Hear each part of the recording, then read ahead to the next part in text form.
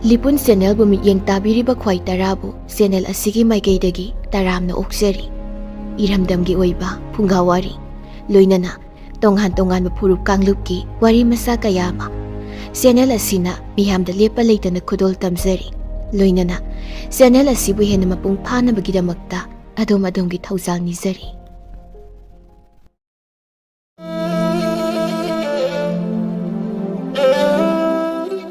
ꯐꯨꯡꯒꯥꯋꯥꯔꯤ ꯑꯁꯤ ꯄꯥꯊꯣꯛꯆꯔꯛꯄ ꯃꯇꯝꯗ ꯋꯥꯍꯩ ꯋꯥꯇꯥ ꯁꯣꯏꯈꯤꯂꯥꯟꯈꯤꯕ ꯌꯥꯎꯔꯕꯁꯨ ꯇꯥꯕꯤꯔꯤꯕ ꯈ꯭ꯋꯥꯏ ꯈꯤꯕꯤꯛꯅ ꯆꯥꯎꯅ ꯉꯥꯛꯄꯤꯒꯅꯤ꯫ ꯍꯧꯖꯤꯛ ꯃꯌꯥꯝꯒꯤ ꯃꯐꯝꯗ ꯈꯨꯗꯣꯜ ꯇꯝꯖꯔꯤ꯫ ꯐꯨꯡꯒꯥꯋꯥꯔꯤ ꯅꯤꯡꯊꯧꯒꯤ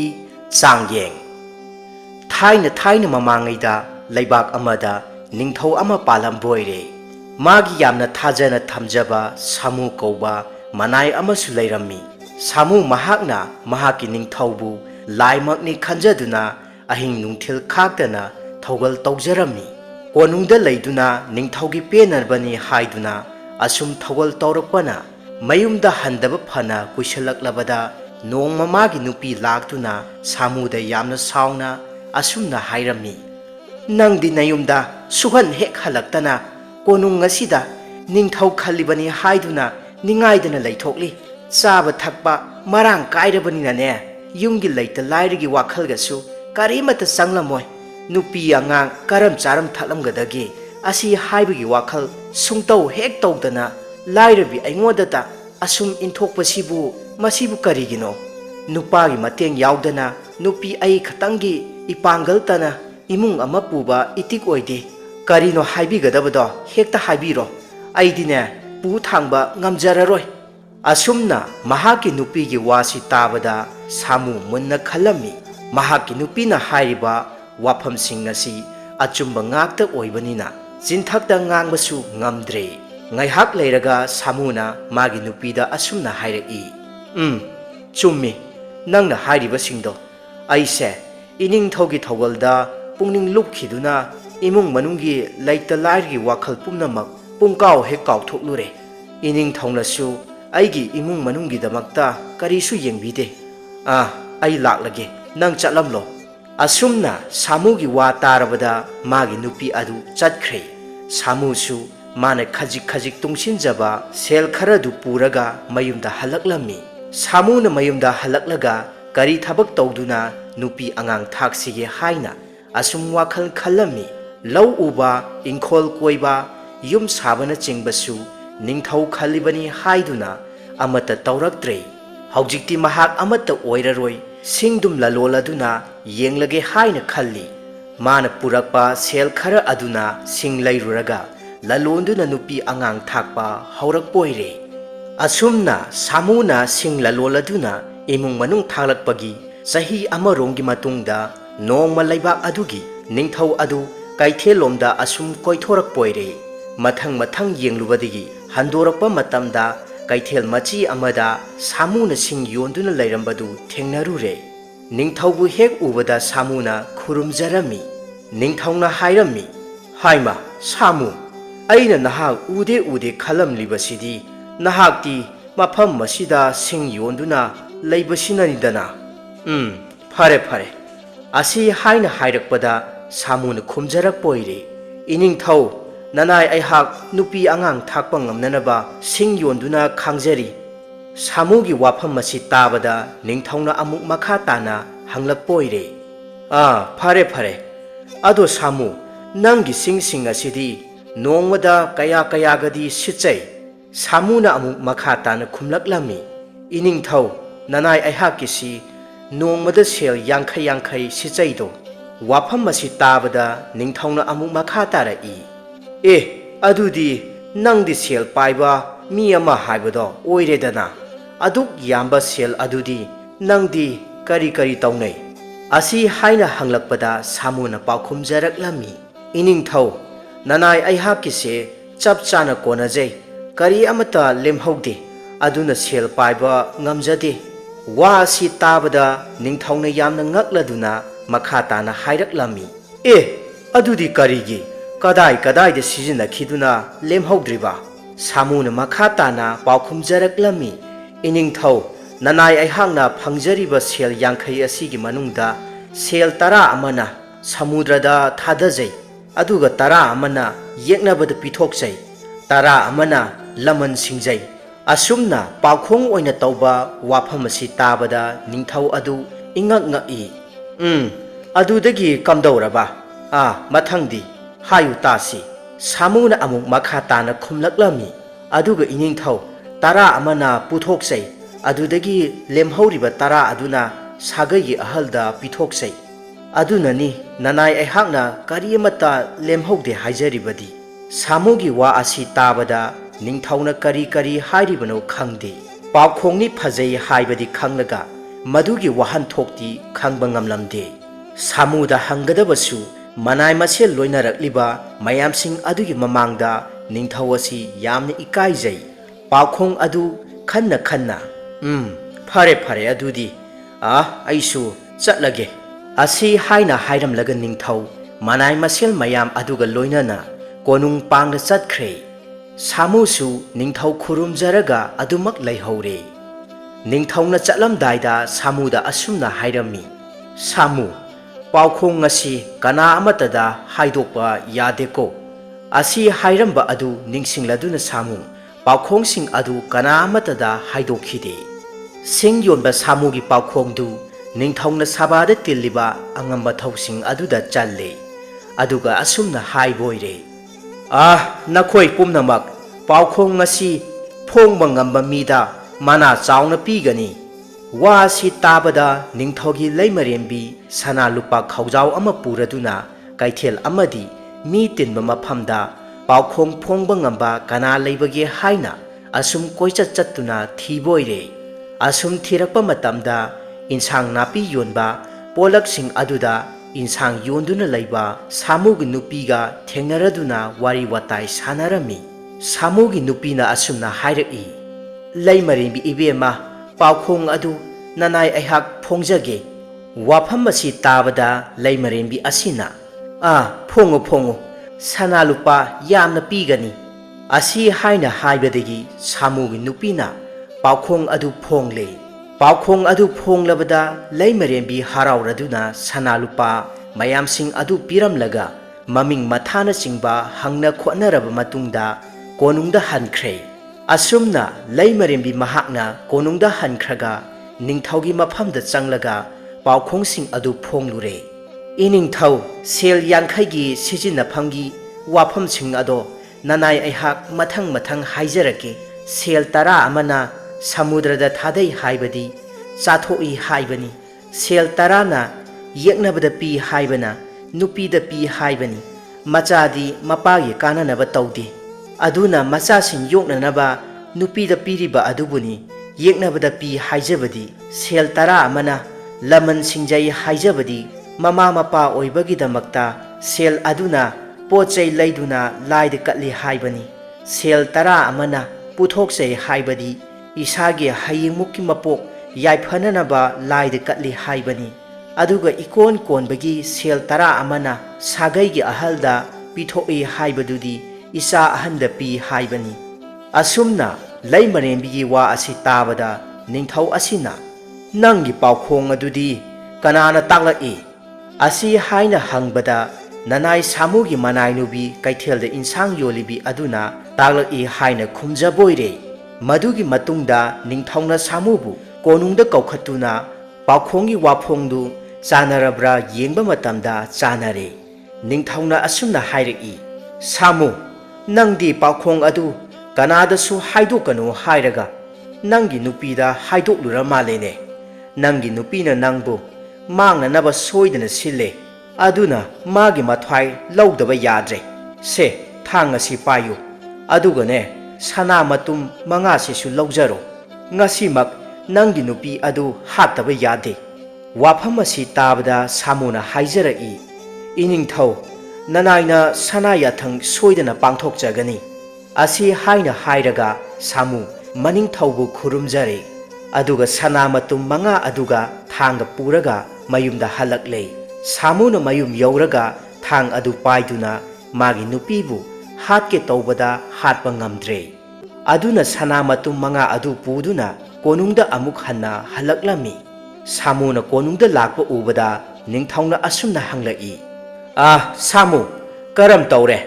Aina haiba thabak adu pangthoklabra. Samuna khurumladuna asumna haijarai.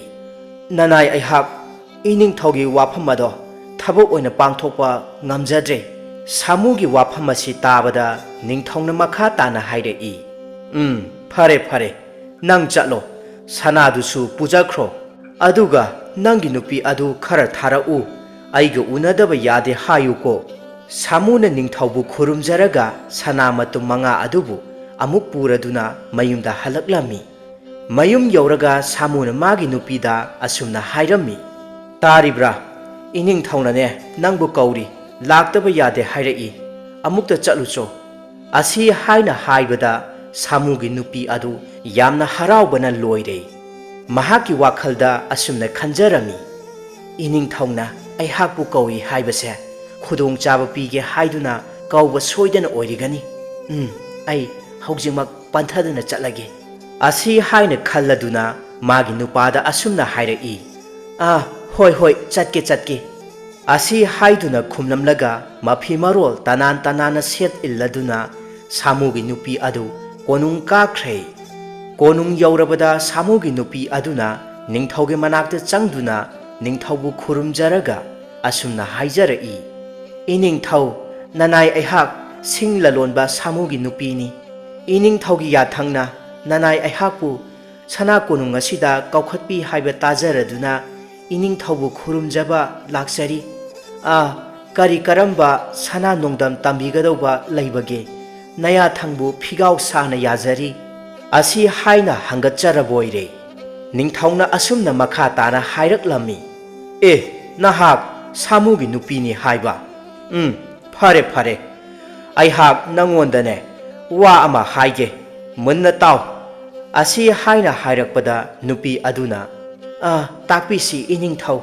Asi hairaduna Samugi nupi asina khudak kuladuna laire. Ningthauna makha tana hairai. Aihak ngasi hairiba wasi kariguma nahakna yaba thoklabadi lay marembi singi lusingbi oina hapkani. Sana lupasu matik chana pigani. Ningthaugi wahai asi tabada Samugi nupi asi yamna haraubana momon hek taujai. Nupigi momon tauba maithong adu ubada ningthauna makha tana hairai. Irai laiba thabaknida. Aihakna ngasi nangbu pangthou hairibasi karisu aruba thabak natteda. Nangi nupa Samuse nangna mangak kaktuna hatlo. Nahakti paukhong manga phongba ngambi natik nagun laibinido. Aina nahakpu lay marembi singi makok oihanningi. Nangi nupa lainadi nahakpu lay marembi happa haibasi laibakna yamna thina ngangnarakani. Nahaki nupadu laitrabadi ining tauba yare. Aduna ngasi ahing simak mabu hatu'u. Samugi nupi adu yamna haraure. Phagani ining thau nanai aihak ngasi ahing simak thabak adu soidanamak pangthokjage. Asi hairaduna ningthau adubu khurumjaraga mayumda halaklami. Samugi nupi wakhal nungaina lay.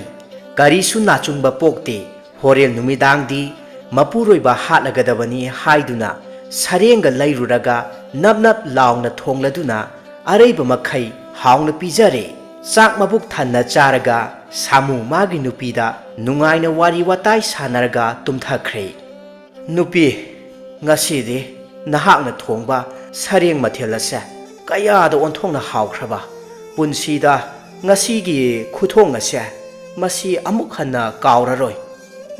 Phare matamsu thengjilakle. Aihak tumnanaba taurage. Hayengdi ayuk nganta hawgatlaga sing chanba chatkani. Aduga sing ado kaithelda yolugani. Phare pothabiro.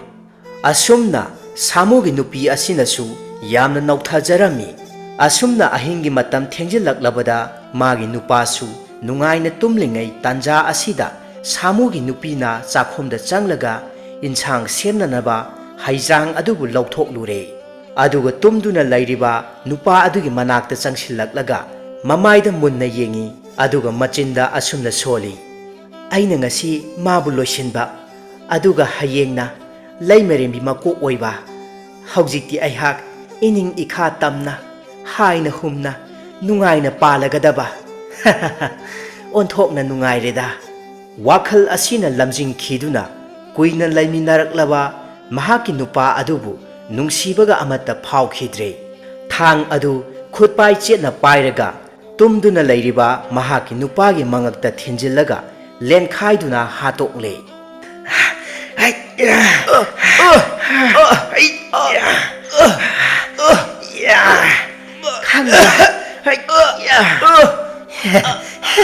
ꯍꯧꯖꯤꯛꯇꯤ ꯑꯩ ꯂꯩꯃꯔꯦꯝꯕꯤ ꯑꯣꯏꯕ ꯁꯣꯏꯗ꯭ꯔꯦ ꯂꯩꯃꯔꯦꯝꯕꯤ ꯑꯣꯏꯔꯅꯤ ꯑꯁꯨꯝꯅ ꯁꯥꯃꯨ ꯐꯃꯨꯡ ꯊꯛꯇ ꯏꯅ ꯄꯨꯡꯂꯨꯞ ꯂꯨꯞꯂꯗꯨꯅ ꯁꯤꯗꯨꯅ ꯂꯩꯔꯦ ꯑꯍꯤꯡ ꯑꯗꯨꯗ ꯁꯥꯃꯨꯒꯤ ꯅꯨꯄꯤ ꯑꯗꯨ ꯃꯈꯨꯠꯇ ꯃꯥꯒꯤ ꯅꯨꯄꯥ ꯍꯥꯠꯂꯨꯕꯒꯤ ꯏꯅ ꯄꯨꯡꯉꯥꯡ ꯉꯥꯡꯅ ꯇꯩꯔꯕ ꯊꯥꯡ ꯑꯗꯨ ꯄꯥꯏꯔꯒ ꯀꯣꯅꯨꯡ ꯇꯝꯅ ꯆꯦꯜꯂꯛꯂꯝꯃꯤ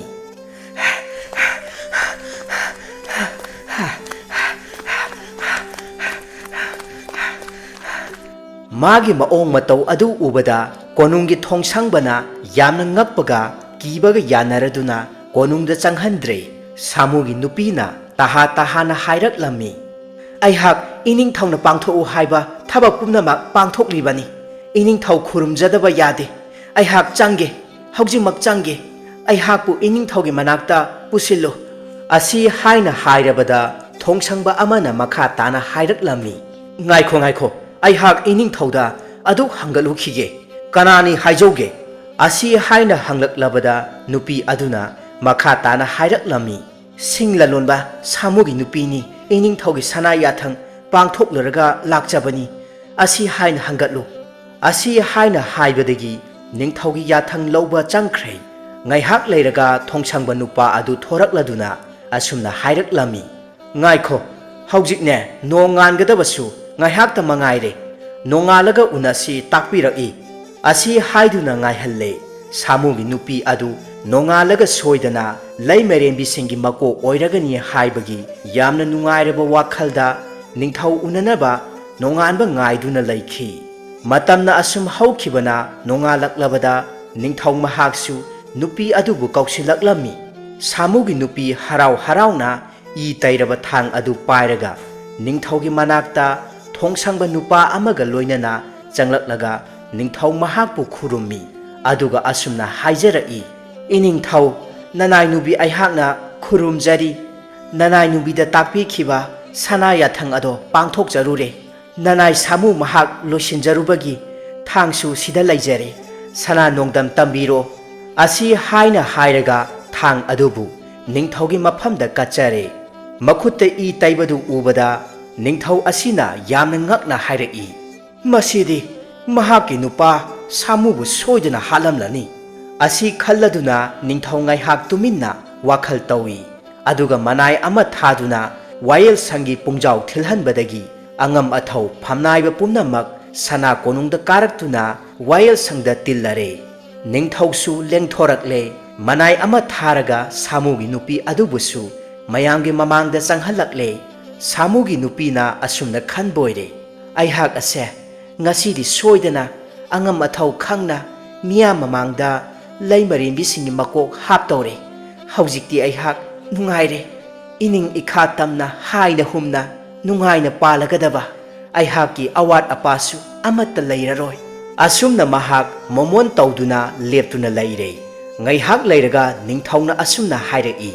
ꯇꯤꯟꯕꯤꯔꯤꯕ ꯑꯉꯝ ꯑꯊꯧ ꯄꯨꯝꯅꯃꯛ ꯃꯌꯥꯝꯒꯤ ꯃꯃꯥꯡꯗ ꯂꯦꯞꯂꯤꯕꯤ ꯅꯨꯄꯤ ꯑꯁꯤ ꯃꯊꯧꯅꯥ ꯃꯔꯤꯡꯖꯦꯜ ꯌꯥꯝꯅ ꯂꯩꯕꯤꯅꯤ ꯃꯍꯥꯛꯀꯤ ꯅꯨꯄꯥ ꯍꯥꯠꯂꯨ ꯍꯥꯏꯕꯗ ꯍꯥꯠꯄ ꯉꯝꯕꯤ ꯍꯤꯡꯆꯥꯕꯤꯅꯤ ꯀꯔꯤ ꯃꯇꯤꯛ ꯆꯥꯕ ꯆꯩꯔꯥꯛ ꯄꯤꯁꯤꯒꯦ ꯍꯥꯏꯕꯗꯣ ꯑꯉꯝ ꯑꯊꯧꯁꯤꯡꯅ ꯑꯃꯨꯛꯇ ꯈꯟꯕꯤꯌꯨ ꯁꯥꯃꯨꯒꯤ ꯅꯨꯄꯤ ꯑꯗꯨ ꯃꯥꯅ ꯈꯟꯖꯔꯝꯕꯒ ꯇꯥꯌꯣꯟꯅꯔꯛꯄ ꯑꯗꯨꯗꯒꯤ ꯃꯁꯥꯗꯨ ꯄꯨꯡꯄꯪ ꯄꯪꯊꯈ꯭ꯔꯦ ꯃꯃꯤꯠ ꯃꯅꯥ ꯎꯈꯤꯗ꯭ꯔꯦ ꯂꯦꯞꯄꯤ ꯍꯥꯏꯕ ꯐꯥꯎꯕ ꯈꯪꯗ꯭ꯔꯦ ꯐꯝꯅꯥꯏꯕ ꯑꯃꯅ ꯍꯧꯒꯠꯂꯒ ꯑꯁꯨꯝꯅ ꯍꯥꯏꯔꯛꯂꯝꯃꯤ ꯏꯅꯤꯡꯊꯧ ꯃꯍꯥꯛꯀꯤ ꯅꯨꯄꯥ ꯍꯥꯠꯄ ꯉꯝꯕꯤ ꯑꯁꯤꯗꯤ ꯈ꯭ꯋꯥꯏꯗꯒꯤ ꯇꯝꯊꯤꯕ ꯆꯩꯔꯥꯛ ꯄꯤꯕꯤꯌꯨ ꯃꯈ꯭ꯋꯥꯡꯗ ꯅꯨꯡ ꯌꯥꯜꯂꯒ ꯇꯨꯔꯦꯜꯗ ꯊꯥꯗꯕꯤꯌꯨ ꯃꯗꯨꯗꯒꯤ ꯐꯝꯅꯥꯏꯕ ꯑꯃꯅ ꯍꯧꯒꯠꯇꯨꯅ ꯑꯃꯨꯛ ꯃꯈꯥ ꯇꯥꯅ ꯍꯥꯏꯔꯛꯂꯝꯃꯤ ꯏꯅꯤꯡꯊꯧ ꯅꯨꯄꯤ ꯑꯁꯤ ꯑꯋꯥꯡꯕ ꯆꯤꯡꯗꯣꯜꯗꯒꯤ ꯂꯪꯊꯁꯤ ꯑꯇꯣꯞꯄ ꯑꯃꯅ ꯑꯃꯨꯛ ꯃꯈꯥ ꯇꯥꯅ ꯍꯥꯏꯔꯛꯂꯝꯃꯤ ꯇꯥꯎꯕ ꯍꯨꯏ ꯃꯌꯥꯝ ꯊꯧꯖꯤꯜꯂꯒ ꯆꯤꯛꯇꯨꯅ ꯍꯥꯠꯍꯟꯁꯤ ꯑꯁꯨꯝꯅ angam mathausingna magi apamba chairak hainaraklaba matungda ningthauna makha tana asumna hairaki phamnaiba pumnamak nupi apangbi mini insilaga chatpi apha phatta karisu khanthaba ngamdabini sibagi chairak makti mayam pumnamakna ngakpiro madugi mahutta maru sit nana kokthoklaga sunu yangang taiduna kaithel mapanda puduna khongoina si mayam kari haibage ningthau asigi sana yathang tabada tilliba phamnaiba sing aduna su yajare haina hairakpadagi ningthaugi manai sing changlaktuna nupi asibu maru sit nana kokthokle madudagi nupi asi sunu yangang taisille mafi marol phattaba ama hongdok halle aduga nakanda yangkok yalaga kaithel mapanda puduna laibak miya mamangda khongoina khirami laimarembi mako oiningbi apangbi nupi asi laibak miyamgi lakna pham oikhi mina haijillaga chatpa oiroidaba mangda tawba midi tamthiraba yeknabani ningthau mahakna sangyeng tawrakpa matamda namthakpo achumbani laurubi apangbi nupi ado mahaki nupa hatokpada nattana laibak mamangda khongoinaduna ikaiba nangkhi wana mapunsi lenkhi thaina mamangaida ningthau panba laibak amada lairabi lukhrabi amagi machanupa parei hankauba masak matau yamna changkhonba matik mathauna yamna leiba pakhang macha ama leirammi parei hal laikai khul aduda mahakpu nungsibiba mioi kaya marum leirammi parei han amadi apokpiga makhoi ani khaktamak mallaba yumjau amada leirammi parei hanna chingda kaduna sing challuraga sing aduna kaithelda yonduna madudagi phanglakpa tare chenja kharana mama macha chara nong khannajarami nongmadi laibak ningthaugi sagol lani amana numidangi matamda asumna laibak khungang koina paujel amakhak laklammi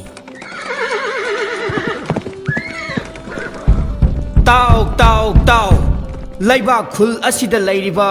mioi pumnamak tadaba tau khangdaba khanghau hayengi korong numit asida khul asigi mangmang maktada lairiba umang asida kum amagi pangthokkadawriba kumhai asigi damak ining thau masamakna khongleng laktuna sa tanba lakkadawri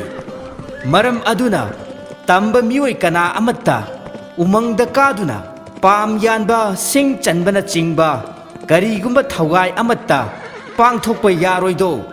karigumba wafam asigi mayokta leptuna umangda kanagumba mioi amana karamba thengnarabadi awafam taganido ining thau mahaki ahakpa chairak phanganido asi haiduna sagol lanmi aduna lauduna sagol adu thaukhirami parei hangi mamana machabu yengduna asumna hairaklammi ibungo hayeng korong nong asidi singda kaduna sing chanba chatpa yadido haujik tasu angambagi paujel laklammi baduni palem aihakna chingda kaduna umangdagi sing khara chanduna sana kaithelda yoluraga madudagi phanglakpa tare chenja aduna ima icha chara nong khanariba ase karigumba hayeng korong nong asida aihakna chingda kaduna singchanba chatrabadi ima ichadi kamdauba kadaidagi chara chindamnagani imagi ibungo hayeng korong nong asi kaktanido chara hengadaba haibabu adubu kari kaibage nane kundalaida hekta hanglaga loire asumna numittugi tara chak chathokladuna mama machadu magi kada pothaba changnakhirami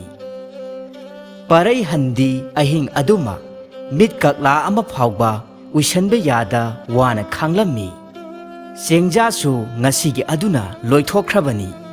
hayengdi makhoigi mane kundalai hoida palem mamana hangani haiba adusu parei hannadi pamlamde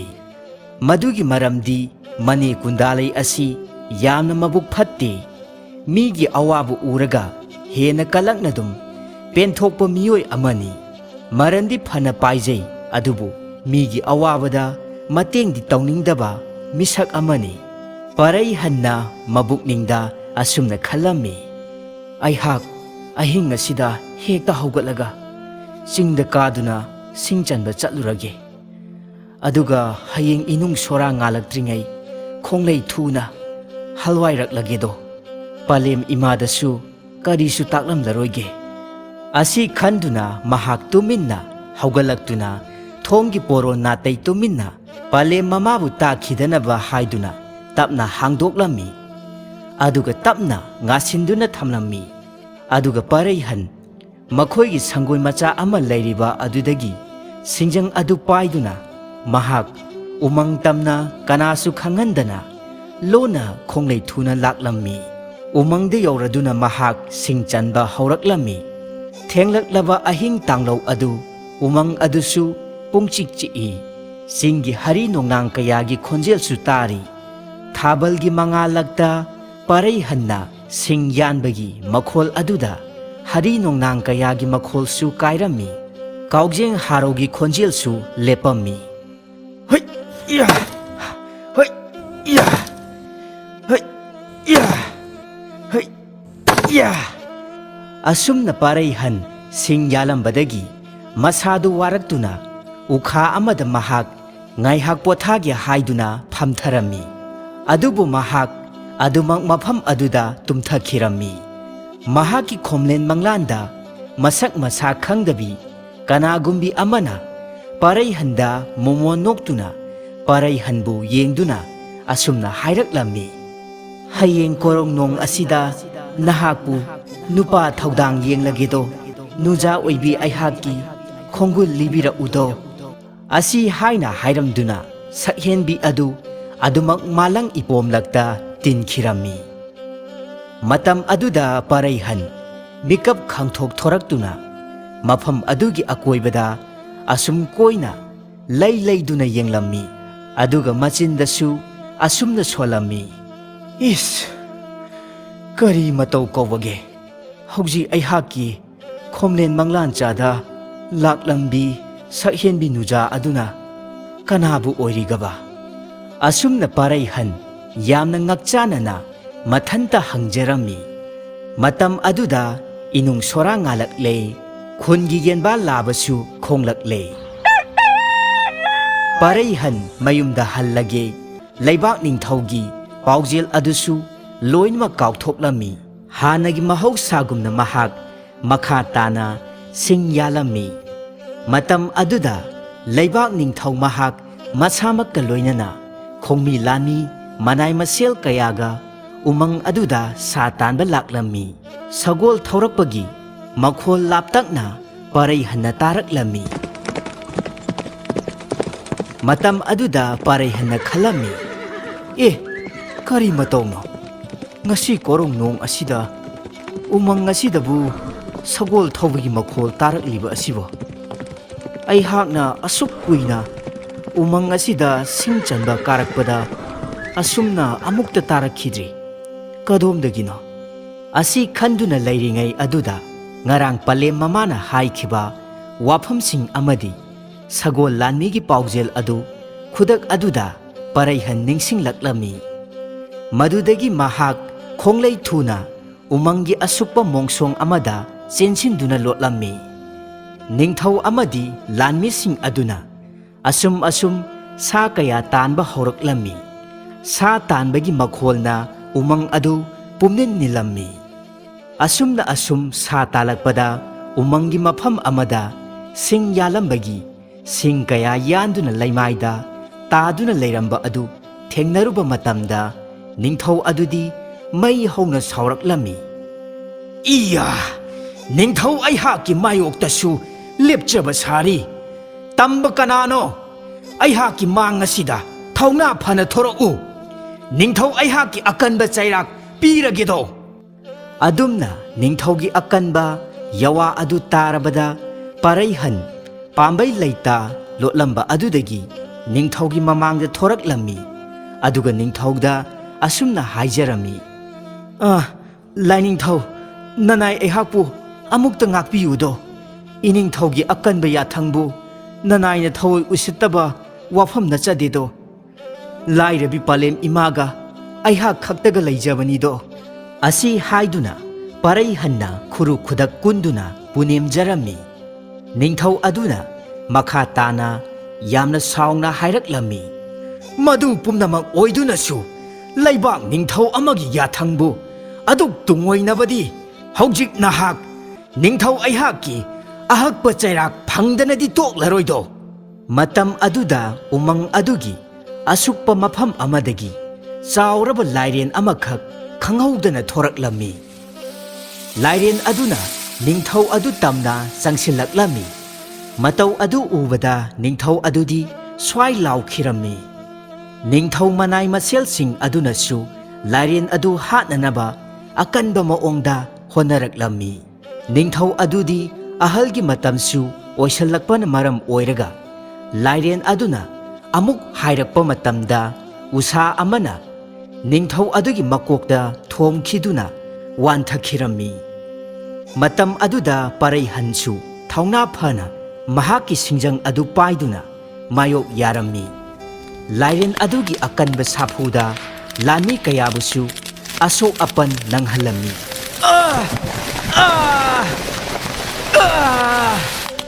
Hoi hoi ya ya lairen na sir halo halo hoi ya asumna ngaihak khara kuina lanthengnaraba aduda parai hanna thauna phana mahaki singjang adu khutpai setna paiduna amukta lairen adugi manga kaktuna yaibi thawai laurammi. Khangrado lairen nahak haujikti yaibi thawai mangledo. Asumna angam athau mayamsing adusu yamna haraungnarammi. Aduga soktuna tariba ningthau adubu dolai ama thaurang tawduna sana konungda khongsalaklammi. Ningthau adu mahaki phamung thakta ningthina potha handuna asopasing adusu hidak tharammi. Laimarembi adusu ningthaugi phibam adu ubada thawai yamna wajarammi. Asomdana parai hangi pale mama adu machana leiramdaba aduda thawai yamna wajarammi. Matam aduda sagol lanmi khara laktuna macha pari adu sana konungda leihore. Mamabu konungda karaknabani haiduna lauba laklibani hairaba adudadi pale mama oibi adu ningsha thiba thawai waba asum helaklammi. Mahaki wakhaldasu asumna khalammi. Imagi pari nahakpu ining thogi sana yathangi mayokta lepi haiduna ining thogi ahakpa chairak phangba soidredo. Asi khanduna mamittagi pirangsu leptana sintharaklammi. Asumna ningthaugi lanmi singna parai hangi mama adubu pukhiba adudadi kundalaina haifet uhawi aduga kalakpena mahakna hairammi. Macha lamketpa asina iningthaugi mayokta leplubagi soidana oiramgani. Mama lukhrabi asisu angamba singna pukribase kalak tumpeli aikhoidasu arai leita karimata hanglaklaroi nungaire. Asi haiduna kalakpena nokcharammi. Sana konungdani ningthau adu tapna wakhal taraktuna mahaki lusing purelbu kauksilaklammi. Aduga mahak kamdongna asumna oiramlibano haina hanglaba adudadi mamang thakta thokiba thaudoksing adugi matangda waram pumba ningthauda hangatcharabada ningthau adusu penman khraduna parai hanbu manakta kauksinduna asumna hairaklammi. Isagum laba nahaki koloi minglenbu kari kaubage. Lainingthau nanai aihaki koloi minglendi parai han haina kaujaido. Ipa peledo ngasidi nahakna ipagi thawai kanbibagidamak ichana kari pami sana pambra lupa pambra isana apambado adu tahayo ꯏꯄꯥ ꯏꯆꯥꯒꯤꯗꯃꯛꯇ ꯄꯤꯒꯦ꯫ ꯂꯥꯏꯅꯤꯡꯊꯧ, ꯅꯅꯥꯏ ꯑꯩꯍꯥꯛꯇꯤ ꯀꯔꯤꯁꯨ ꯊꯣꯏꯅ ꯄꯥꯝꯖꯗꯦꯗꯣ꯫ ꯂꯥꯏꯔꯕꯤ ꯄꯂꯦꯝ ꯏꯃꯥ ꯏꯆꯥꯕꯨ ꯅꯨꯡꯁꯤꯕꯤꯌꯨ, ꯑꯁꯤ ꯈꯛꯇꯅꯤ ꯅꯅꯥꯏꯒꯤ ꯑꯄꯥꯝꯕ ꯍꯥꯏꯕꯕꯨ꯫ ꯐꯔꯦ ꯐꯔꯦ, ꯑꯗꯨꯗꯤ ꯏꯆꯥꯅ ꯀꯔꯤꯁꯨ ꯄꯥꯝꯗꯦ ꯍꯥꯏꯔꯕꯅꯤꯅ ꯑꯗꯨꯗꯤ ꯏꯄꯥꯅꯅꯦ ꯁꯅꯥ ꯀꯣꯅꯨꯡ ꯑꯁꯤꯒꯤ ꯊꯣꯡꯉꯥꯛꯄꯒꯤ ꯊꯕꯛ ꯑꯁꯦ ꯏꯆꯥꯅ ꯑꯣꯏꯅ ꯍꯌꯦꯡꯗꯒꯤ ꯍꯦꯛꯇ ꯄꯥꯏꯔꯣꯗꯣ꯫ ꯅꯅꯥꯏ ꯑꯩꯍꯥꯛꯀꯤꯗꯤ ꯂꯥꯏꯕꯛ ꯌꯥꯝꯅ ꯐꯕꯅꯤꯗꯣ꯫ ꯂꯥꯏꯅꯤꯡꯊꯧꯒꯤ ꯊꯧꯖꯥꯜ ꯃꯥꯂꯦꯝ ꯂꯩꯗꯁꯨ ꯇꯥꯍꯟꯖꯔꯣꯏꯗꯣ꯫ ꯑꯁꯨꯝꯅ ꯂꯥꯏꯔꯕꯤ ꯂꯨꯈ꯭ꯔꯥꯕꯤ ꯃꯃꯥ ꯃꯆꯥꯗꯨ ꯁꯅꯥ ꯀꯣꯅꯨꯡꯗ ꯅꯨꯃꯤꯠ ꯑꯗꯨꯗꯒꯤ ꯍꯧꯗꯨꯅ ꯂꯩꯔꯛꯂꯝꯃꯤ꯫ ꯄꯔꯩꯍꯟꯁꯨ ꯁꯅꯥ ꯀꯣꯅꯨꯡꯒꯤ ꯊꯣꯡꯉꯥꯛꯄ ꯑꯣꯏꯅ ꯐꯝ ꯄꯨꯗꯨꯅ ꯂꯥꯏꯔꯕ ꯑꯋꯥꯠꯄꯒꯤ ꯄꯨꯟꯁꯤ ꯑꯗꯨꯕꯨ ꯀꯣꯛꯆꯔꯝꯃꯤ꯫ ꯑꯁꯨꯝꯅ ꯄꯔꯩꯍꯟꯅ ꯁꯅꯥ ꯀꯣꯅꯨꯡꯒꯤ ꯊꯣꯡꯉꯥꯛꯇꯨꯅ ꯃꯊꯧꯗ ꯄꯨꯛꯅꯤꯡ ꯌꯥꯝꯅ ꯂꯨꯞꯄꯝꯃꯤ꯫ ꯂꯩꯕꯥꯛ ꯑꯗꯨꯗ ꯀꯨꯝꯖꯥ ꯈꯨꯗꯤꯡꯒꯤ ꯄꯥꯡꯊꯣꯛꯄ ꯍꯔꯥꯎ ꯀꯨꯝꯍꯩ ꯑꯗꯨꯁꯨ ꯄꯥꯡꯊꯣꯛꯂꯝꯃꯤ꯫ ꯑꯗꯨꯕꯨ ꯅꯤꯡꯊꯧ ꯑꯗꯨꯗꯤ ꯃꯥꯏꯊꯣꯡꯗ ꯅꯨꯡꯉꯥꯏꯕ ꯍꯔꯥꯎ ꯇꯌꯥꯝꯕꯒꯤ ꯃꯃꯤꯗꯤ ꯏꯇꯥ ꯇꯥꯔꯝꯗꯦ꯫ ꯃꯥꯏꯊꯣꯡ ꯑꯗꯨꯛ ꯃꯛꯁꯤꯜꯂꯝꯃꯤ꯫ ꯅꯤꯡꯊꯧꯒꯤ ꯑꯗꯨꯒꯨꯝꯂꯕ ꯃꯇꯧ ꯑꯗꯨ ꯎꯕꯗ ꯄꯔꯩꯍꯟꯅ ꯊꯧꯒꯜꯂꯣꯟ ꯀꯥꯏꯗꯅ ꯑꯁꯨꯝꯅ ꯍꯪꯖꯔꯛꯂꯝꯃꯤ: ꯂꯥꯏꯅꯤꯡꯊꯧ, ꯁꯥꯃꯨ ꯍꯛꯆꯥꯡ ꯑꯗꯨꯛ ꯉꯝꯕꯤꯗꯕ꯭ꯔꯥ? ꯅꯅꯥꯏꯒꯤ ꯋꯥꯈꯜꯅꯔ ꯈꯪꯖꯗ꯭ꯔꯦ꯫ ꯃꯗꯨꯗ ꯅꯤꯡꯊꯧꯅ ꯈꯨꯝꯂꯛꯂꯝꯃꯤ: ꯏꯄꯥꯒꯤ ꯄꯔꯩꯍꯟ, ꯉꯁꯤꯒꯤ ꯑꯁꯨꯛ ꯅꯨꯡꯉꯥꯏꯔꯕ ꯀꯨꯝꯍꯩ ꯑꯁꯦ ꯃꯁꯤ ꯂꯥꯛꯀꯅꯤ ꯈꯟꯕꯗ ꯏꯄꯥꯗꯤ ꯊꯋꯥꯏ ꯋꯥꯗꯕ ꯉꯝꯗꯦꯗꯣ꯫ ꯅꯤꯡꯊꯧꯒꯤ ꯄꯥꯎꯈꯨꯝ ꯑꯗꯨ ꯇꯥꯕꯗ ꯄꯔꯩꯍꯟ ꯉꯛꯆꯥꯅꯅ ꯃꯈꯥ ꯇꯥꯅ ꯌꯥꯝꯅ ꯈꯪꯅꯤꯡꯅ ꯍꯪꯂꯛꯂꯝꯃꯤ: ꯂꯥꯏꯅꯤꯡꯊꯧ, ꯂꯥꯏꯅꯤꯡꯊꯧꯒꯤ ꯋꯥꯐꯝ ꯑꯁꯦ ꯅꯅꯥꯏꯗꯤ ꯋꯥꯈꯜ ꯇꯥꯖꯗ꯭ꯔꯦꯗꯣ꯫ ꯅꯤꯡꯊꯧ ꯑꯗꯨꯅ ꯅꯨꯡꯉꯥꯏꯇꯕ ꯅꯤꯡꯁꯥꯁꯣꯔ ꯑꯃꯨꯛꯇꯪ ꯍꯣꯟꯗꯣꯛꯇꯨꯅ ꯑꯁꯨꯝꯅ ꯍꯥꯏꯔꯛꯂꯝꯃꯤ: ꯁꯨꯝꯗꯧꯕꯅꯤꯗꯣ, ꯉꯁꯤꯗꯒꯤꯅ ꯆꯍꯤ 10ꯃꯨꯛꯀꯤ ꯃꯃꯥꯡꯒꯤ ꯋꯥꯔꯤꯅꯤꯗꯣ꯫ ꯅꯈꯣꯏꯅ ꯄꯨꯡꯀꯛ ꯆꯥꯎꯔꯛꯄ ꯃꯇꯝ ꯑꯣꯏꯒꯅꯤ꯫ ꯑꯩꯍꯥꯛꯀꯤꯁꯨ ꯏꯃꯣꯝ ꯑꯃꯇꯪ ꯂꯩꯖꯔꯝꯃꯤ꯫ ꯑꯗꯨꯕꯨ ꯏꯃꯣꯝ ꯑꯗꯣ ꯐꯠꯇ꯭ꯔꯕ ꯊꯋꯥꯏ ꯃꯤꯔꯦꯜ ꯑꯃꯅ ꯄꯨꯗꯨꯅ ꯆꯠꯄꯤꯈ꯭ꯔꯦꯗꯣ꯫ ꯃꯐꯝ ꯀꯩꯗ ꯂꯩꯔꯤꯕꯅꯣ ꯍꯥꯏꯕꯁꯨ ꯑꯗꯨꯃꯛ ꯈꯪꯈꯤꯗ꯭ꯔꯦ꯫ ꯄꯔꯩꯍꯟꯅ ꯀꯔꯤꯒꯨꯝꯕ ꯋꯥꯐꯝ ꯑꯃꯇꯪ ꯈꯪꯅꯤꯡ ꯅꯤꯡꯁꯤꯡꯂꯛꯂꯝꯃꯤ꯫ ꯅꯣꯡꯃ ꯃꯍꯥꯛꯅ ꯎꯃꯪꯗ ꯁꯤꯡ ꯆꯜꯂꯤꯉꯩ ꯍꯅꯨꯕꯤ ꯑꯃꯈꯛꯅ ꯎꯃꯪꯒꯤ ꯑꯁꯨꯛꯄ ꯃꯐꯝ ꯑꯃꯗ ꯆꯪꯈꯤꯕ ꯑꯗꯨꯒ ꯃꯍꯥꯛꯀꯤ ꯈꯣꯝꯂꯦꯟ ꯃꯪꯂꯥꯟꯗ ꯁꯛꯍꯦꯟꯕꯤ ꯑꯃꯅ ꯃꯍꯥꯛꯀꯤ ꯈꯣꯡꯒꯨꯜ ꯂꯤꯔꯛꯎ ꯍꯥꯏꯔꯝꯕ ꯋꯥꯐꯝꯁꯤꯡ ꯑꯗꯨ ꯑꯃꯠꯇ ꯆꯤꯊꯗꯅ ꯅꯤꯡꯊꯧꯗ ꯍꯪꯒꯠꯆꯔꯝꯃꯤ꯫ ꯄꯔꯩꯍꯟꯒꯤ ꯋꯥꯐꯝꯁꯤꯡ ꯑꯗꯨ ꯇꯥꯔꯨꯕꯗ ꯅꯤꯡꯊꯧ ꯑꯗꯨꯒꯤ ꯋꯥꯈꯜꯗ ꯀꯔꯤꯒꯨꯝꯕ ꯑꯃ ꯂꯥꯛꯇꯨꯅ ꯈꯨꯗꯛ ꯑꯗꯨꯗ ꯃꯅꯥꯏ ꯃꯁꯦꯜ ꯈꯔꯒ ꯂꯣꯏꯅꯅ ꯄꯔꯩꯍꯟꯁꯨ ꯌꯥꯎꯗꯨꯅ ꯎꯃꯪ ꯑꯗꯨꯒꯤ ꯑꯁꯨꯛꯄ ꯃꯐꯝ ꯑꯗꯣꯝꯗ ꯂꯩꯕꯥꯛ ꯃꯤꯌꯥꯝ ꯑꯇꯩ ꯈꯪꯍꯟꯗ ꯂꯥꯛꯂꯝꯃꯤ꯫ ꯃꯅꯥꯏ ꯃꯁꯦꯜ ꯀꯌꯥ ꯆꯥꯏꯊꯣꯛꯇꯨꯅ ꯃꯐꯝ ꯑꯗꯨꯗ ꯆꯪꯁꯤꯟꯗꯨꯅ ꯌꯦꯡꯕ ꯍꯧꯔꯛꯂꯝꯃꯤ꯫ ꯃꯇꯝ ꯑꯗꯨꯗ ꯈꯣꯟꯖꯦꯜ ꯑꯃꯈꯛ ꯇꯥꯔꯛꯂꯝꯃꯤ꯫ ꯈꯣꯟꯖꯦꯜ ꯑꯗꯨ ꯅꯨꯄꯤ ꯑꯃꯅ ꯀꯞꯄꯒꯤ ꯈꯣꯟꯖꯦꯜꯁꯨ ꯃꯥꯟꯕꯒꯨꯝ ꯇꯧꯏ꯫ ꯇꯥꯔꯤꯕ ꯈꯣꯟꯖꯦꯜ ꯑꯗꯨꯒꯤ ꯈꯣꯡꯒꯨꯜ ꯂꯤꯔꯛꯇꯨꯅ ꯄꯔꯩꯍꯟꯅ ꯃꯥꯡ ꯊꯥꯗꯨꯅ ꯑꯁꯨꯝ ꯆꯪꯁꯤꯜꯂꯛꯄ ꯃꯇꯝꯗ ꯁꯨꯔꯨꯡ ꯑꯃꯈꯛ ꯆꯤꯡꯅꯨꯡ ꯑꯗꯨꯗ ꯆꯪꯈꯤꯕꯒꯤ ꯂꯝꯕꯤ ꯑꯃ ꯊꯦꯡꯅꯔꯝꯃꯤ꯫ ꯈꯨꯗꯛꯇ ꯂꯝꯕꯤ ꯑꯗꯨꯗ ꯆꯪꯕ ꯍꯧꯔꯛꯂꯝꯃꯤ꯫ ꯂꯝꯕꯤ ꯑꯗꯨꯁꯨ ꯄꯥꯛꯅ ꯆꯥꯎꯕꯗꯤ ꯅꯠꯇꯦ, ꯈꯔ ꯈꯖꯤꯛ ꯈꯨꯅ ꯆꯪꯏ꯫ ꯃꯝꯕꯁꯨ ꯑꯗꯨꯛꯀꯤ ꯃꯇꯤꯛ ꯃꯝꯃꯤ꯫ ꯃꯈꯨꯠꯇ ꯃꯩꯔꯥ ꯑꯃꯗꯤ ꯂꯣꯏꯅꯔꯛꯄꯅ ꯑꯗꯨꯃꯛꯇꯤ ꯂꯝꯕꯤ ꯑꯗꯨꯒꯤ ꯆꯪꯐꯝ ꯈꯪꯂꯝꯃꯤ꯫ ꯑꯁꯨꯝ ꯆꯪꯂꯛꯄꯅ ꯌꯥꯝꯅ ꯊꯥꯖꯗꯕ ꯃꯑꯣꯡꯗ ꯁꯨꯔꯨꯡ ꯑꯗꯨꯒꯤ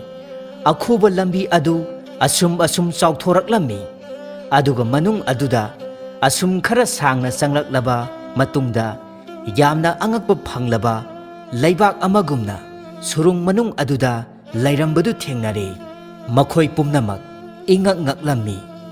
ꯃꯐꯝ ꯑꯗꯨ ꯃꯤꯗꯤ ꯑꯃꯠꯇ ꯂꯩꯇꯅ ꯂꯩꯕꯥꯛ ꯈꯨꯜ ꯑꯃꯒꯨꯝꯅ ꯂꯩꯔꯝꯃꯤ꯫ ꯌꯨꯝ ꯀꯌꯥꯁꯨ ꯁꯥꯗꯨꯅ ꯂꯩꯔꯝꯃꯤ꯫ ꯌꯨꯝꯁꯤꯡ ꯑꯗꯨꯁꯨ ꯆꯞ ꯃꯥꯟꯅꯕꯒꯨꯝꯅ ꯇꯧꯏ꯫ ꯑꯗꯨꯕꯨ ꯑꯁꯨꯝ ꯂꯥꯞꯇꯛꯅ ꯌꯦꯡꯈꯤꯕ ꯃꯇꯝꯗ ꯌꯥꯝꯅ ꯆꯥꯎꯔꯕ ꯀꯣꯅꯨꯡ ꯑꯃꯒꯨꯝꯅ ꯂꯩꯔꯤꯕ ꯑꯗꯨꯁꯨ ꯎꯔꯛꯂꯝꯃꯤ꯫ ꯌꯦꯡꯉꯨ ꯇꯨ ꯏꯅꯥ ꯏꯁꯥ, ꯑꯥꯗ ꯂꯥꯞꯇꯛꯅ ꯎꯔꯤꯕ ꯀꯣꯅꯨꯡꯒꯨꯝꯂꯕ ꯑꯁꯤꯗ ꯈꯣꯡꯂꯩ ꯊꯨꯅ ꯆꯪꯁꯤꯟꯗꯨꯅ ꯌꯦꯡꯂꯁꯤ꯫ ꯃꯐꯝ ꯑꯁꯦ ꯈꯨꯗꯣꯡ ꯊꯤꯅꯤꯡꯉꯥꯏ ꯑꯣꯏꯕ ꯌꯥꯕ ꯃꯐꯝꯅꯤꯗꯣ꯫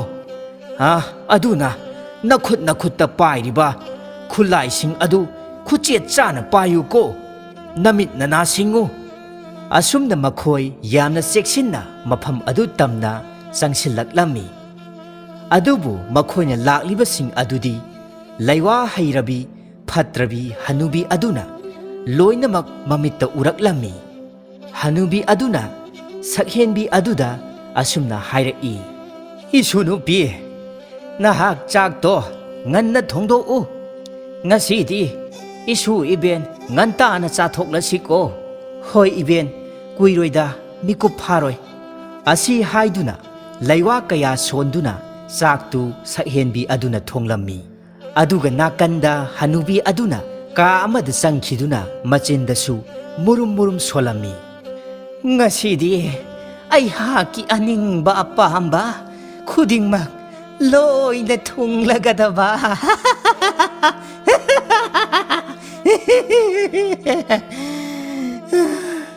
ꯑꯗꯨꯕꯨ ꯅꯍꯥ ꯄꯥꯈꯪ ꯃꯆꯥ ꯑꯃ ꯌꯥꯎꯔꯛꯂꯤꯕꯁꯦ, ꯃꯁꯤꯅ ꯑꯩꯍꯥꯛꯀꯤ ꯑꯅꯤꯡꯕ ꯑꯄꯥꯝꯕ ꯄꯨꯝꯅꯃꯛ ꯂꯣꯏꯅ ꯃꯥꯡꯍꯜꯂꯒꯗꯕ꯫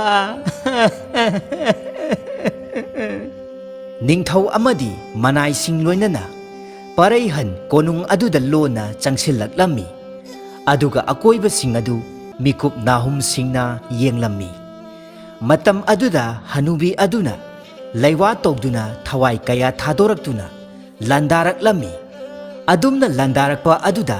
ꯑꯀꯟꯕ ꯃꯑꯣꯡꯗ ꯃꯥꯌꯣꯛ ꯌꯥꯔꯝꯃꯤ꯫ ꯊꯋꯥꯏꯁꯤꯡ ꯑꯗꯨ ꯄꯔꯩꯍꯟꯒꯤ ꯊꯧꯅꯥ ꯐꯕ ꯃꯇꯤꯛ ꯃꯌꯥꯏ ꯆꯦꯟꯕ ꯑꯗꯨ ꯎꯕꯗ ꯄꯥꯛꯅ ꯍꯦꯟꯖꯤꯟꯕ ꯉꯝꯂꯝꯗꯦ꯫ ꯃꯗꯨꯗ ꯄꯔꯩꯍꯟꯁꯨ ꯑꯉꯝꯕ ꯊꯧꯅꯥ ꯄꯨꯊꯣꯛꯇꯨꯅ ꯐꯠꯇ꯭ꯔꯕ ꯊꯋꯥꯏꯁꯤꯡ ꯑꯗꯨꯒ ꯑꯀꯟꯕ ꯃꯑꯣꯡꯗ ꯂꯥꯟꯊꯦꯡꯅꯔꯝꯃꯤ꯫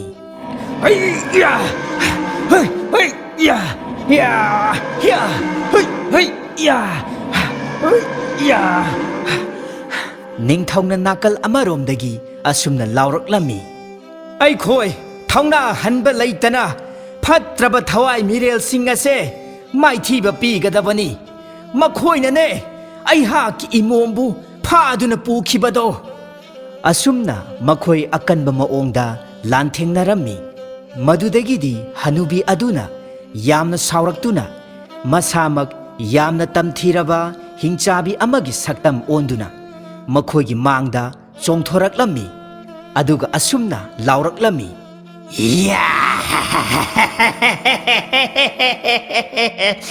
ꯉꯁꯤꯗꯤ ꯅꯈꯣꯏ ꯅꯁꯥꯅ ꯅꯁꯥꯒꯤ ꯅꯃꯪ ꯊꯤꯖꯔꯛꯂꯤꯗꯣ ꯑꯩꯍꯥꯛꯀꯤ ꯈꯨꯠꯇ ꯂꯣꯏꯅ ꯇꯥꯔꯕ꯫ ꯃꯇꯧ ꯑꯗꯨ ꯎꯕꯗ ꯅꯤꯡꯊꯧ ꯂꯥꯟꯃꯤ ꯈꯔꯗꯤ ꯀꯤꯕꯅ ꯃꯀ꯭ꯂꯥꯞ ꯊꯛ ꯊꯛ ꯅꯤꯛꯂꯝꯃꯤ꯫ ꯑꯗꯨꯒ ꯈꯣꯡꯐꯝ ꯍꯟꯗꯨꯅ ꯆꯦꯟꯕꯁꯨ ꯌꯥꯎꯔꯝꯃꯤ꯫ ꯃꯗꯨ ꯎꯕꯗ ꯅꯤꯡꯊꯧ ꯑꯗꯨꯅ ꯂꯥꯎꯔꯛꯂꯝꯃꯤ, ꯉꯥꯏꯈꯣ ꯏꯅꯥ ꯏꯁꯥ, ꯑꯗꯨꯝꯅ ꯄꯥꯡꯗꯕ ꯑꯃꯒꯨꯝꯅ ꯆꯦꯟꯈꯤꯒꯅꯨ꯫ ꯂꯥꯟꯐꯝ ꯑꯁꯦ ꯑꯩꯈꯣꯏꯅ ꯁꯣꯏꯗꯅ ꯃꯥꯏ ꯄꯥꯛꯇꯕ ꯌꯥꯗꯕꯅꯤ꯫ ꯄꯔꯩꯍꯟꯅ ꯊꯧꯅꯥ ꯐꯅ ꯍꯤꯡꯆꯥꯕꯤ ꯑꯗꯨ ꯌꯦꯡꯗꯨꯅ ꯑꯁꯨꯝꯅ ꯂꯥꯎꯔꯛꯂꯝꯃꯤ, ꯍꯥꯏ ꯍꯤꯡꯆꯥꯕꯤ ꯍꯅꯨꯕꯤ, ꯑꯗꯨꯛ ꯑꯍꯜ ꯑꯣꯏꯔꯒ ꯑꯩꯍꯥꯛꯇꯤ ꯁꯤꯡꯅꯕꯒꯁꯨ ꯁꯥꯔꯤ꯫ ꯉꯁꯤ ꯀꯣꯔꯧ ꯅꯣꯡ ꯑꯁꯤꯗꯤ ꯅꯍꯥꯛꯄꯨ ꯂꯥꯟꯕꯤꯔꯒꯦ ꯍꯥꯏꯗꯨꯅ ꯑꯩꯍꯥꯛ ꯃꯐꯝ ꯑꯁꯤꯗ ꯏꯁꯥꯅ ꯌꯥꯅ ꯈꯣꯡꯗꯣꯏꯔꯛꯂꯕꯅꯤ꯫ ꯑꯩꯍꯥꯛꯀꯤ ꯈꯣꯝꯂꯦꯟ ꯃꯪꯂꯥꯟꯁꯨ ꯃꯪꯐꯥꯎꯅꯔꯒꯅꯤꯗꯣ꯫ ꯑꯁꯨꯝꯅ ꯍꯥꯏꯔꯛꯄ ꯑꯁꯤꯗ ꯍꯤꯡꯆꯥꯕꯤ ꯑꯗꯨꯅ ꯈꯦꯛꯅ ꯈꯦꯛꯅ ꯉꯪꯗꯨꯅ ꯄꯥꯏꯁꯜꯂꯛꯂꯝꯃꯤ꯫ ꯑꯗꯨꯒ ꯑꯀꯟꯕ ꯃꯑꯣꯡꯗ ꯄꯔꯩꯍꯟꯒ ꯂꯥꯟꯊꯦꯡꯅꯔꯝꯃꯤ꯫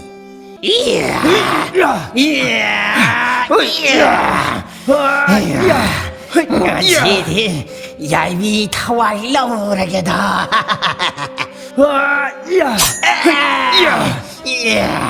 ꯑꯩꯉꯣꯟꯗꯒꯁꯨ ꯅꯍꯥꯛꯀꯤ ꯊꯥꯡ ꯑꯗꯨꯅ ꯌꯥꯟꯖꯕ ꯁꯥꯔꯤ꯫ ꯑꯩꯒꯤ ꯏꯈꯨꯠ ꯈꯨꯖꯤꯟ ꯑꯁꯥꯡꯕ ꯑꯁꯤꯅ ꯅꯍꯥꯛꯀꯤ ꯅꯊꯕꯥꯛ ꯑꯗꯨꯗ ꯐꯥꯎꯔꯦꯡ ꯂꯦꯡꯂꯒꯦꯗꯣ ꯍꯣꯏ ꯌꯥ ꯌꯥ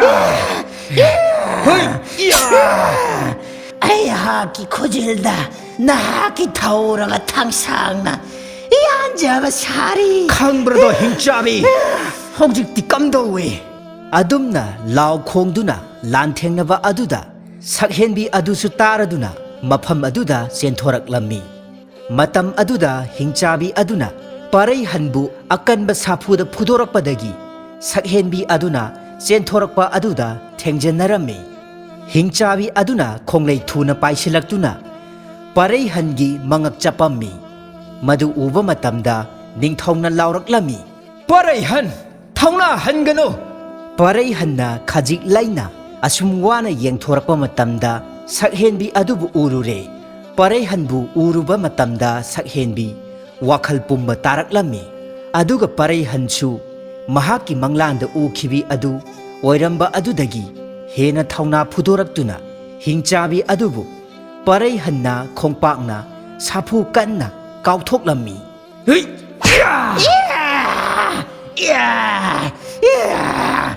ꯑꯩꯍꯥꯛꯀꯤ ꯊꯕꯥꯛꯇ ꯈꯣꯡꯄꯥꯛꯅ ꯀꯥꯎꯖꯕꯁꯨ ꯁꯥꯔꯤ ꯃꯇꯧ ꯀꯔꯝꯅ ꯃꯐꯝ ꯑꯁꯤꯗ ꯂꯩꯔꯛꯈꯤꯕ ꯑꯗꯨꯒ ꯐꯠꯇ꯭ꯔꯕꯤ ꯍꯤꯡꯆꯥꯕꯤ ꯑꯁꯤꯅ ꯐꯠꯇꯕ ꯂꯩꯋꯥ ꯀꯌꯥꯅ ꯈꯨꯗꯨꯝ ꯆꯟꯈꯤꯕ ꯄꯨꯝꯅꯃꯛꯁꯤꯡ ꯑꯗꯨ ꯈꯨꯗꯛ ꯑꯗꯨꯗ ꯁꯛꯍꯦꯟꯕꯤꯒꯤ ꯃꯐꯝꯗꯒꯤ ꯀꯣꯛꯈꯤꯔꯝꯃꯤ ꯑꯗꯨꯒ ꯁꯛꯍꯦꯟꯕꯤꯒꯤ ꯈꯣꯝꯂꯦꯟ ꯃꯪꯂꯥꯟꯗꯁꯨ ꯁꯥꯐꯕ ꯇꯝꯕ ꯅꯨꯄꯥ ꯑꯃꯅ ꯅꯣꯡꯃꯗꯤ ꯁꯣꯏꯗꯅ ꯃꯍꯥꯛꯄꯨ ꯀꯟꯕ ꯂꯥꯛꯈꯤꯒꯅꯤ ꯍꯥꯏꯕꯗꯨ ꯃꯤꯀꯨꯞ ꯑꯁꯤꯗ ꯃꯪꯐꯥꯎꯅꯔꯛꯂꯝꯃꯤ ꯍꯤꯡꯆꯥꯕꯤ ꯍꯟꯅꯨꯕꯤ ꯑꯗꯨꯒ ꯄꯔꯩꯍꯟꯒ ꯑꯀꯟꯕ ꯃꯑꯣꯡꯗ ꯂꯥꯟꯊꯦꯡꯅꯔꯛꯂꯕ ꯃꯇꯨꯡꯗ ꯄꯔꯩꯍꯟꯅ ꯍꯤꯡꯆꯥꯕꯤ ꯑꯗꯨꯒꯤ ꯃꯈꯣꯏꯗꯧ ꯃꯄꯥꯗ ꯃꯍꯥꯛꯀꯤ ꯊꯧꯔꯕ ꯊꯥꯡꯁꯥꯡꯅ ꯐꯥꯎꯔꯦꯡ ꯂꯦꯡꯗꯨꯅ ꯌꯥꯏꯕꯤ ꯊꯋꯥꯏ ꯂꯧꯔꯝꯃꯤ